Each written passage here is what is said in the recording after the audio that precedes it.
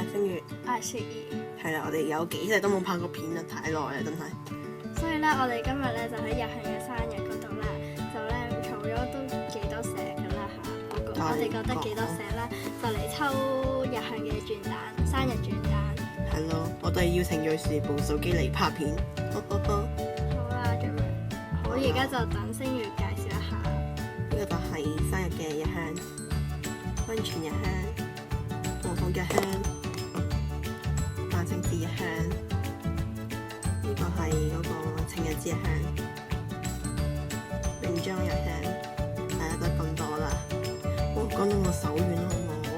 係啦，咁我哋玩咗一次啦，準備到呢個唔係4星嘅生日卡啦，咁而家就抽啦。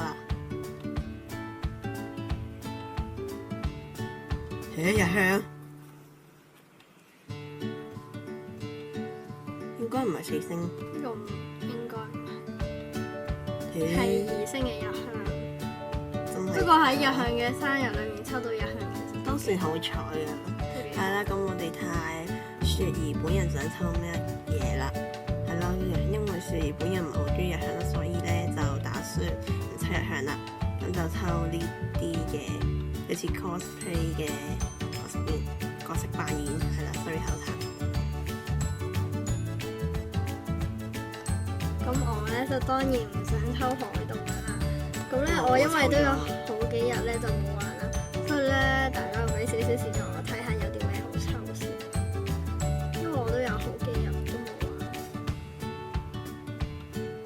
好啦，就抽呢個，因為有我最中意嘅風象。佢嘅稱呼叫風 B B 嘅，所以唔使理佢。好，1、2，係3星。好可惜啊！呢個係我，呢個應該唔係咯，呢個仲可以抽多2次。呢個都唔係啦，最後好恐怖咯！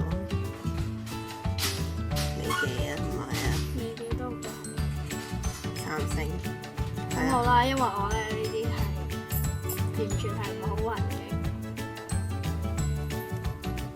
係啦，最結果就係3張稀有，2張超稀有，係冇4星嘅。